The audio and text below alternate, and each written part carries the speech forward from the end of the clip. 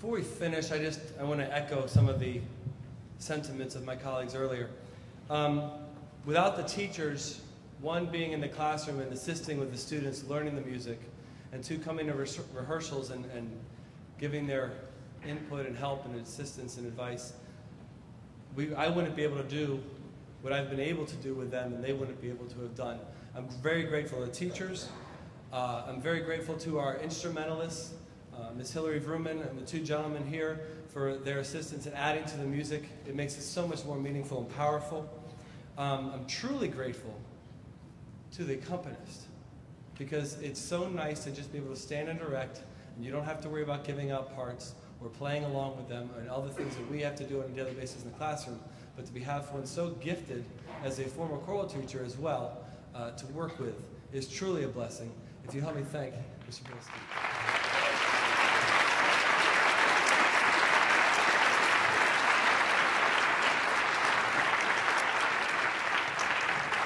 The other big advantage is not having to worry about any tedious things. Checking in, collecting music, giving out music, you're missing a stamp, you haven't turned in this form, you need to turn in that form, you were absent, you're no longer coming, where's your excuse note? Okay, thank you. Non-stop. Her job is 3 times what mine is, and it's, again, allowed me to just be able to focus on music, which is such a blessing. Our manager, Ms. Beth Gahn.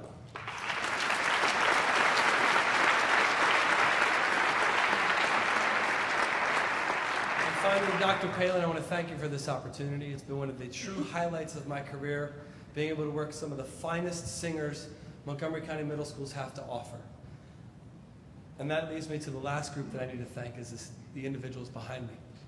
The first day when I worked with them, I asked them to be willing to step out of their comfort zone and try new things. And you know, they're among complete strangers, many of them, not knowing the person to their right, the front, the behind. And I'm asking them to just go for it. Do whatever I'm asking them to do, completely different from some of the things their teachers may have asked them to do, and put themselves into the music. And from where they started to where we are now is tremendous growth. They've given up of themselves, they put in the time and the dedication outside of the rehearsals so we could really get into the meaning of the songs and making amazing music for you this evening.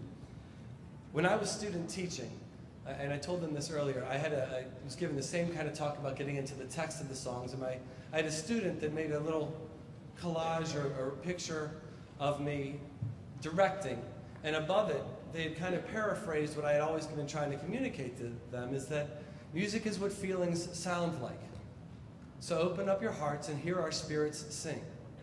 And that's kind of what I think they've really done in the last 6 weeks that we've had together, and I'm eternally grateful. In our society today and in our school systems throughout the country, the arts programs are diminishing as the emphasis on math and reading scores keep going up and up and up.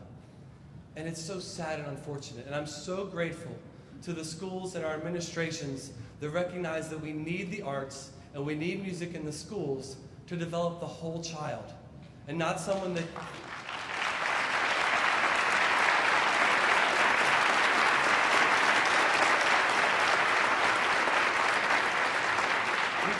just have children that can solve a math equation and read a book and tell us what it meant. We have to know that they can feel something about it, and they can express that outwardly and find their gift and their niche and what makes them feel successful and confident as young people, and gives them the opportunity to grow and the opportunity then in those other areas to excel as well. I chose this last song on purpose. I've taught middle school all 9 years that I've been teaching, and I've not wanted to go elsewhere. In 6th grade, they come in, they're fun-loving and they're innocent. In 7th grade, they get those wonderful attitudes that you get on a daily basis.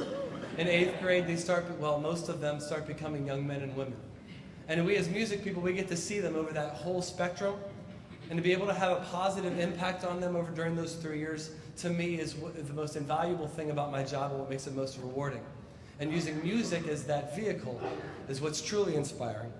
And so I chose this last song intentionally as the last song. It's not one that's going to leave you whistling a tune as you leave, or it doesn't finish with a big, strong, powerful note, but it truly sends a powerful message. It asks the question, who am I?